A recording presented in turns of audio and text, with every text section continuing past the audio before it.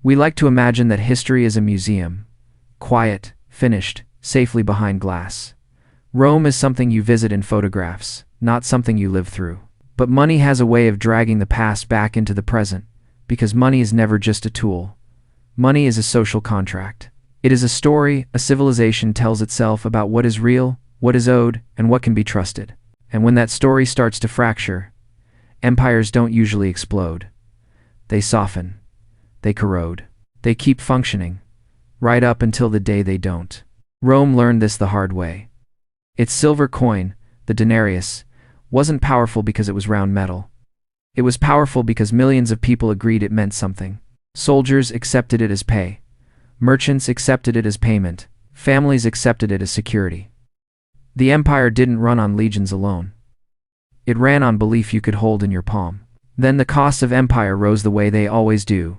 Bigger borders, bigger armies, bigger promises, bigger bills. And when taxes couldn't keep up, the shortcut appeared, the same shortcut every empire eventually takes. Rome diluted its silver. It took real value and replaced it with an imitation, then asked the public to pretend nothing changed. At first, that kind of trick looks painless. The coin still shines. The stamp still looks official. The marketplace still opens in the morning. But money is a fragile thing. It doesn't break when the metal changes. It breaks when people notice. Once people notice, trust doesn't collapse all at once. It cracks in stages. Prices shift. Wages chase. Trade slows. Confidence turns into suspicion. And suddenly, the empire isn't just managing an economy, it's managing panic. Now fast forward, because the tools have changed, but the rhythm hasn't. We moved from silver to paper, and then from paper to screens.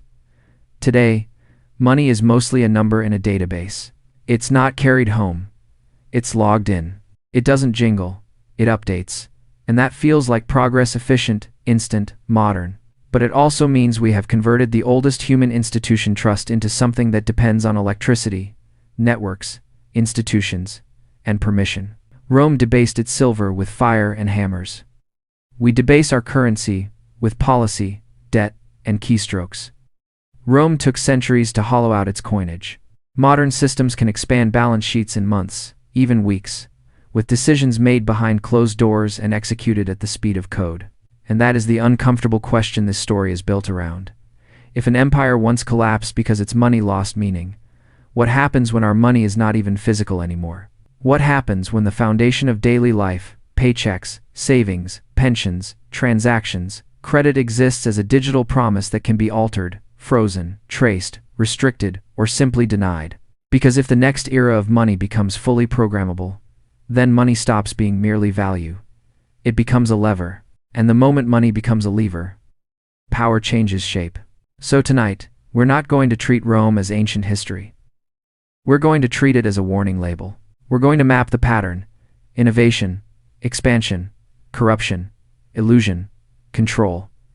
And then the quiet moment when the public realizes the system they trusted has been rewritten, not by barbarians at the gates, but by internal excess, by the logic of empire that always demands more than reality can sustainably provide.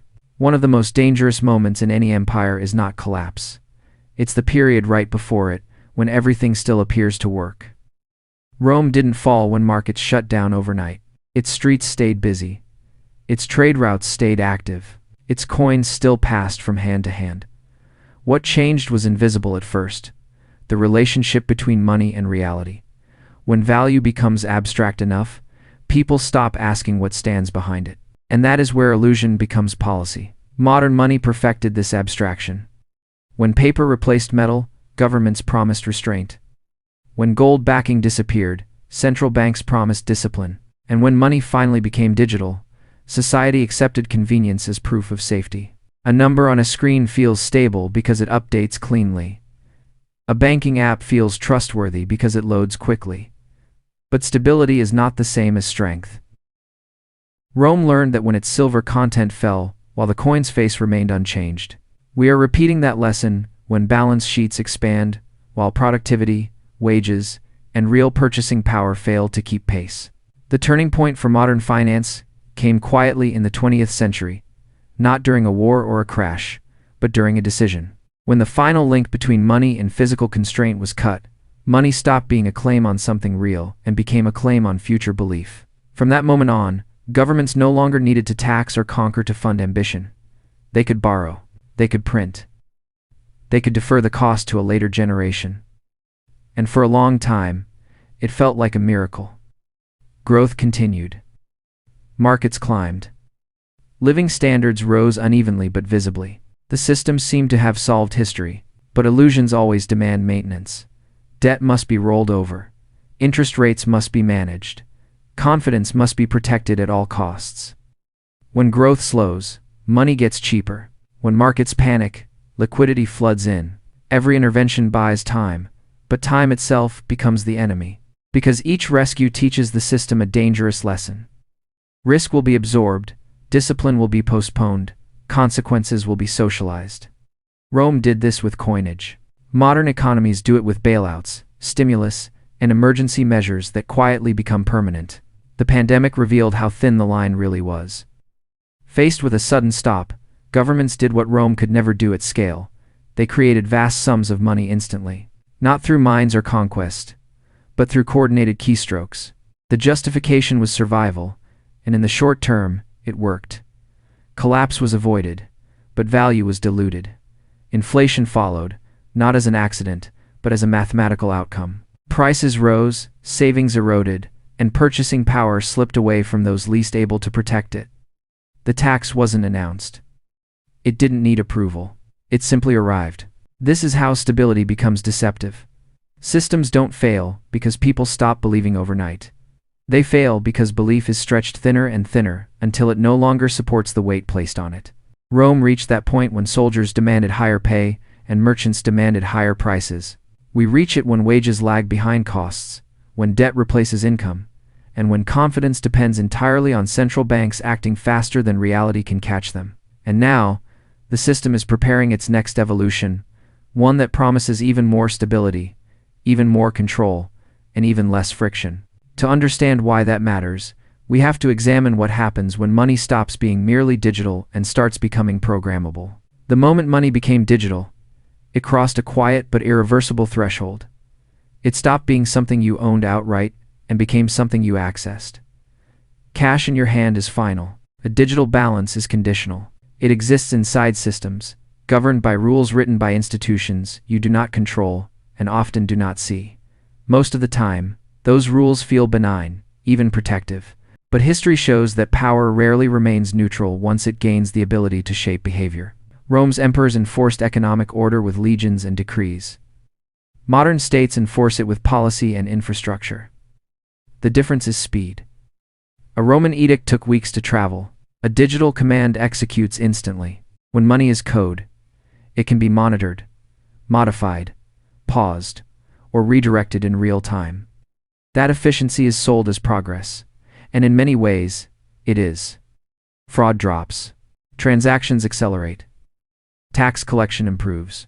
But every improvement also tightens the system's grip. Every layer of optimization reduces the space for autonomy. This is where central bank digital currencies enter the story. On the surface, they look like the logical next step. If money already lives on screens, why not make it safer, faster, and officially issued? But a CBDC is not simply digital cash. It is a new architecture of power. Unlike traditional bank money, which still passes through private intermediaries and retains some friction, a CBDC can be designed with conditions, time limits, spending categories, geographic restrictions, behavioral triggers. Money becomes programmable not just in how it moves, but in what it allows. Supporters argue this prevents crime, improves efficiency, and strengthens stability. Rome made similar arguments when it centralized minting and controlled trade. Order requires control. Control requires visibility. Visibility requires surrender. The danger is not a single policy, but the precedent. Once money can be programmed, the question shifts from, can this be done? To, when will it be done again? Emergency measures have a way of surviving the emergency. Temporary rules become permanent infrastructure. History suggests that societies rarely refuse new tools of control when they arrive wrapped in convenience. Roman citizens accepted currency debasement because coins still circulated. Modern citizens accept digital oversight because payments still clear. Life continues. Markets open. Salaries arrive. But dependency deepens. When access to money depends on compliance, freedom becomes administrative. It doesn't vanish. It requires permission, and this is where the comparison to Rome becomes most uncomfortable. Rome didn't collapse because its citizens revolted against debased silver. They adapted. They adjusted prices. They demanded more pay. They found workarounds. The system decayed quietly, while daily life carried on. Digital money risks creating the same pattern, but faster and more comprehensive. A society where every transaction is traceable is also a society where dissent can be economically managed. None of this guarantees collapse. But it does change the balance between individual and state in a way history recognizes. When money becomes an instrument of policy rather than a neutral medium of exchange, it stops reflecting the economy and starts directing it. The next question is not whether this power exists, but how it behaves under stress. Because every empire eventually faces stress. Empires are not tested during periods of growth. They are tested when pressure arrives. War, famine, recession, demographic decline. History changes when systems are forced to absorb shock. Rome's monetary collapse did not happen because emperors woke up one morning and chose ruin. It happened because the empire became structurally dependent on shortcuts. Debasing silver wasn't ideological, it was expedient. It allowed Rome to postpone hard choices, fund obligations it could no longer afford, and maintain the appearance of control. Each decision made the next one easier, and the long-term cost easier to ignore. Modern financial systems operate on the same logic, just at digital speed. Debt is no longer an emergency tool, it is the baseline. Low interest rates are no longer temporary relief, they are structural necessity. Markets are no longer allowed to fail cleanly. They are stabilized, rescued, and recalibrated to preserve confidence. Every intervention is framed as responsible governance. And in isolation, many of them are. The danger emerges when the system cannot function without them. This is the hidden cost of digital money under centralized control. Because actions are easy to take, they are taken more often. Because liquidity can be created instantly, restraint becomes optional. Because consequences arrive slowly and unevenly, responsibility becomes abstract. Rome faced physical limits. Silver had to be mined, melted, stamped. Modern economies face psychological limits. How much belief can a system demand before it fractures? Stress exposes dependency.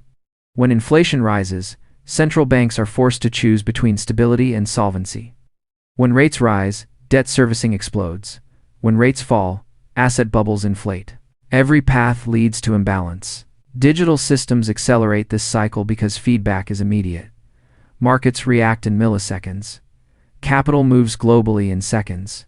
A single policy announcement can erase or create trillions in perceived value overnight.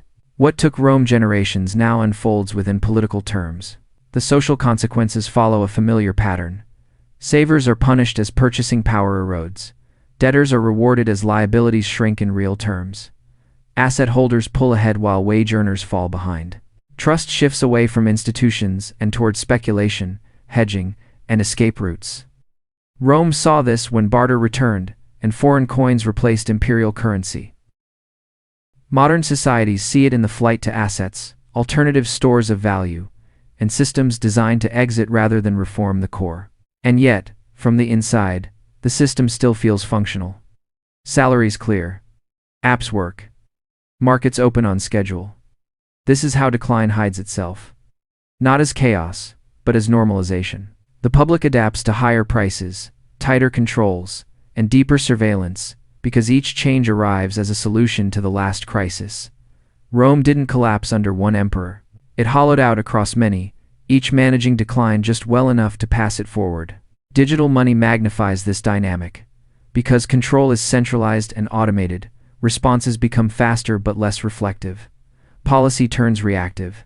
Trust becomes something to be managed rather than earned. And once a society crosses that threshold, the system no longer corrects itself naturally. It requires constant intervention just to remain upright. At that point, the question is no longer whether stress will break the system. It is whether the system can survive without permanent control. And that question leads directly to the final stage of every empire's monetary story. When trust weakens, control always moves in to fill the gap. This is not a moral judgment, it is a structural response. Rome did not tighten authority because it wanted tyranny. It tightened authority because its monetary system could no longer rely on voluntary confidence. As silver lost value, the state responded with price controls, wage mandates, and legal penalties for hoarding. The market was no longer trusted to regulate itself. Order had to be enforced.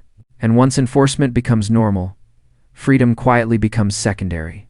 Modern financial systems are approaching the same inflection point, but with tools Rome could never have imagined. When inflation persists, governments blame supply chains. When debt expands, they redefine sustainability. When inequality widens, they manage optics instead of causes. And when confidence falters, they don't ask why trust is eroding. They redesign the system, so trust is no longer required. This is the logic behind deeper surveillance, tighter regulation, and ultimately, programmable money. Control feels like stability in the short term. If spending can be guided, inflation can be softened. If transactions can be tracked, tax leakage can be reduced. If money can be frozen, panic can be contained. Each measure sounds reasonable when isolated. Rome justified intervention the same way. Protect the poor, secure the grain supply, stabilize prices. But the cumulative effect was a population that no longer responded to incentives, only directives. Digital money allows this transition to happen quietly. No new laws need to be loudly announced. No soldiers need to patrol markets. Restrictions are embedded in software updates, compliance rules, and algorithmic thresholds. Access becomes conditional. Participation becomes revocable. The economy stops being a decentralized negotiation of value and becomes a managed environment. Efficient, predictable, fragile. The danger is not that control will be abused immediately. It is that control becomes normal infrastructure.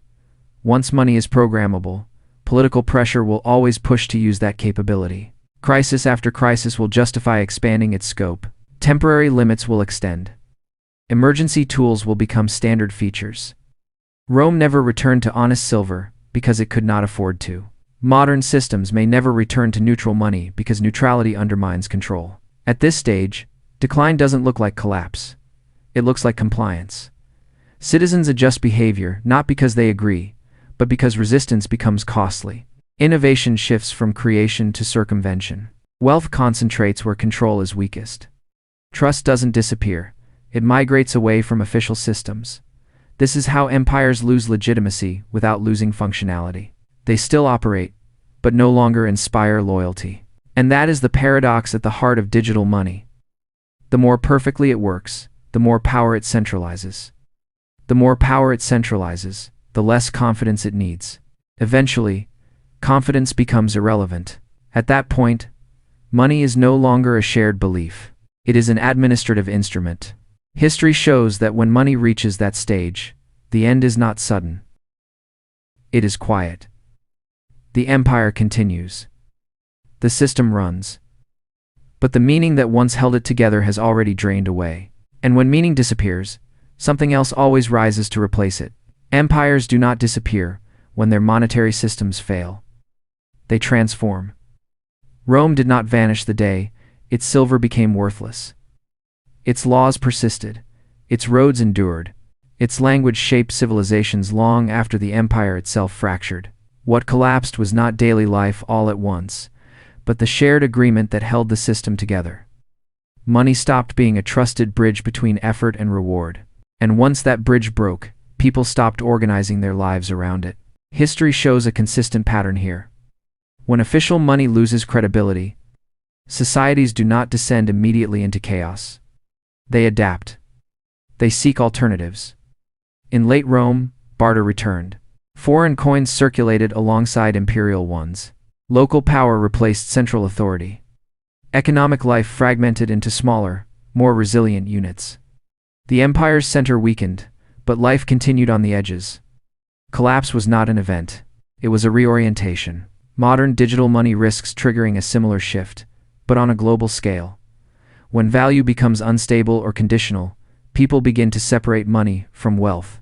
Wealth becomes anything that cannot be diluted, frozen, or reprogrammed easily. Real assets, skills, networks, productive capacity, understanding. Trust migrates away from systems and towards structures that feel tangible and durable. This does not require panic. It happens quietly, through everyday decisions about where to store value, how to transact, and whom to rely on. The paradox is that digital empires often appear strongest right before this shift accelerates. Systems become more sophisticated. Controls become tighter. Data becomes richer. From the center, everything looks manageable. But beneath the surface, incentives change. People stop optimizing for participation and start optimizing for resilience. Innovation no longer aims to build the system, but to hedge against it. Rome reached this stage when its citizens stopped investing in imperial futures and focused instead on local survival and legacy. This is where historical comparisons become uncomfortable but useful. Britain's empire did not fall to invasion. It dissolved under the weight of debt, maintenance costs, and declining confidence. The United States and other modern powers are not immune to this logic simply because their systems are digital. Speed does not equal wisdom. Technology does not repeal incentives. It only accelerates their consequences. What survives after money loses meaning is not chaos, but redefinition. The question is not whether digital money will endure. It likely will, in some form. The question is whether it will remain a tool that serves society or evolve into a structure society must serve. Rome's mistake was not innovation. It was believing innovation could replace discipline indefinitely. History suggests that when money becomes detached from reality, societies eventually re-anchor value elsewhere, sometimes painfully, sometimes creatively, but always decisively. The digital age does not change that rule. It simply shortens the distance between cause and effect. And that brings us to the final question: what choice, if any, remains? History never asks societies to choose between comfort and collapse. It asks them to choose between discipline and illusion. Rome's leaders believed they could manage decline indefinitely, smoothing each crisis with another adjustment, another decree, another diluted coin. They were not villains. They were managers of an impossible system, trying to preserve stability without confronting the cost of empire. The tragedy is that by avoiding short-term pain, they guaranteed long-term decay. Digital money places modern societies at the same crossroads, only with far greater speed and reach. The tools we have built can stabilize markets, prevent panics, and coordinate entire economies in real time. But those same tools can also disconnect money from meaning, value from effort, and freedom from ownership. When money becomes a mechanism of control rather than a measure of exchange, the system stops teaching discipline and starts enforcing compliance. This is where the Rome comparison becomes less about warning and more about responsibility. Rome could not reverse its monetary collapse because it lacked alternatives. We do not. We understand the pattern. We have centuries of data showing what happens when trust is stretched beyond reality. The question is whether awareness is enough to change behavior, or whether convenience will always win until choice disappears. Collapse, when it comes, does not announce itself. It arrives as normalization, as updates, as policies framed as temporary, as trade-offs justified by security and efficiency. Rome's citizens did not wake up one day to find an empire gone. They woke up to smaller freedoms, weaker money, and fewer options, each change rational on its own, devastating in accumulation. Yet history also shows that collapse is not only an ending. It is a filter. Systems that depend on illusion fade. Systems grounded in real value endure. After Rome, new economic structures emerged. Local trade, durable assets, and enforceable norms replaced imperial abstraction. Something similar will follow any digital reckoning. The question is not whether money will change. It always does. The question is whether individuals and societies recognize that money is not wealth, trust is not infinite, and control is not stability. Technology did not break Rome. Incentives did. Digital code will not break modern systems by itself. The same incentives will. Faster tools do not fix structural weakness, they magnify it. And in that sense, history is not repeating itself out of irony. It is repeating itself because human systems keep making the same trade short-term ease for long-term fragility. We are not observers of this cycle. We are participants. Every transaction, every policy, every assumption about what money is and what it should do reinforces one path or the other. Rome's citizens held debased coins because they had no alternative. We still have one: understanding. And understanding, while not comfortable, has always been the first step toward survival when empires quietly begin to fade.